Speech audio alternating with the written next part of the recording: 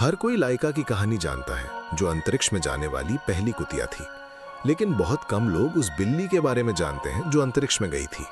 हाँ, एक असली कैट एस्ट्रोनॉट। और उसकी कहानी अंतरिक्ष इतिहास के सबसे भूले हुए अध्यायों में से एक है। 1960 के शुरुआती वर्षों में दुनिया में स्पेस रेस चल रही थी। उस समय अमेरिका, सोवियत यूनियन और कई दूसरे देश अंतरिक्ष तक पहुंचने की होड़ में लगे हुए थे। वैज्ञानिक ये समझना चाहते थे कि जब कोई जीव पृथ्वी से बाहर अंतरिक्ष में जाता है तो उसके शरीर और दिमाग पर क्या असर पड़ता है। लेकिन इंसानों को सीधे अंतरिक्ष में भेजना बहुत जोखिम भरा था। इसलिए वैज्ञानिकों ने पहले जानवरों पर प्रयोग करने का फैसला किया। कुत्ते, बंदर, चूहे और यहाँ तक कि बिल्लियां भी इन शुरुआती अंतरिक्ष प्रयोगों का हिस्सा बनी। 1963 में फ्रांस के स्पेस प्रोग्राम ने एक अलग फैसला लिया।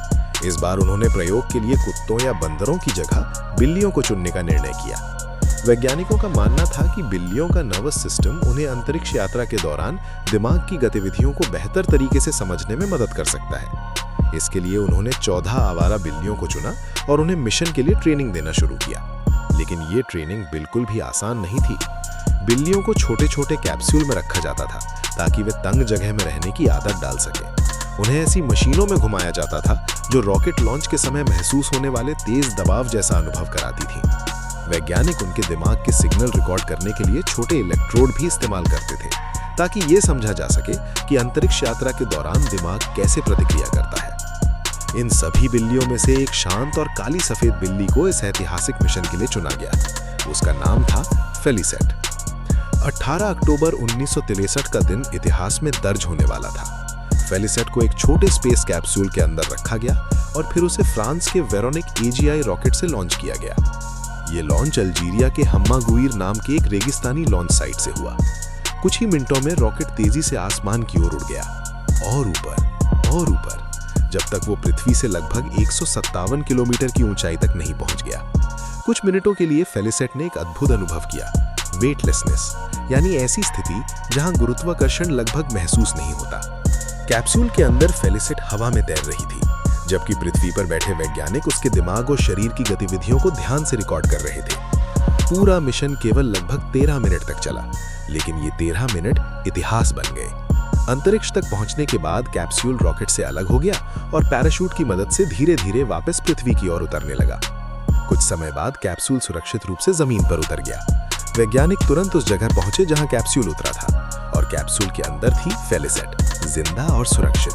वो सफलतापूर्वक अंतरिक्ष में जाकर वापस पृथ्वी पर लौट आई और इस तरह वो अंतरिक्ष में जाने वाली पहली और अब तक की एकमात्र बिल्ली बन गई। उसके मिशन से वैज्ञानिकों को यह समझने में मदद मिली कि अंतरिक्ष यात्रा के दौरान दिमाग और शरीर कैसे प्रतिक्रिया करते हैं। ये जानकारी बाद में इंसानों को अंतरिक्ष में भेजने की तैयारी में बहुत काम आई। लेकिन इतने अद्भुत मिशन के बावजूद फेलिसेट की कहानी धीरे धीरे लोगों की यादों से गायब हो गई।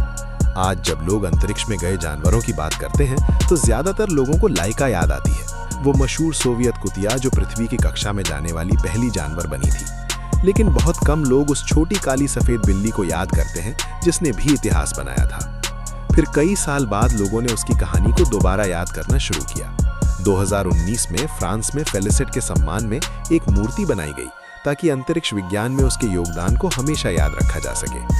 ये मूर्ति सिर्फ एक बिल्ली की नहीं है, ये उस साहस, जिज्ञासा और वैज्ञानिक खोज की भावना का प्रतीक है जिसने इंसानों को अंतरिक्ष तक पहुंचने का रास्ता दिखाया। फेलिसेट की यात्रा भले ही सिर्फ 13 मिनट की थी, लेकिन उन 13 मिनटों ने अंतरिक्ष अनुसंधान के इतिहास में हमेशा के लिए अपनी जगह बना ली। आज भी जब हम रॉकेट को आसमान की ओर उड़ते देखते हैं तो हमें याद रखना चाहिए कि अंतरिक्ष तक पहुंचने की इस यात्रा में कई छोटे छोटे नायकों का योगदान है और उन्हीं में से एक थी एक छोटी सी बिल्ली, एक सच्ची अंतरिक्ष यात्री, फेलिसेट, वो बिल्ली जिसने अंतरिक्ष इतिहास बनाया लेकिन जिसे दुनिया लगभग भूल चुकी है।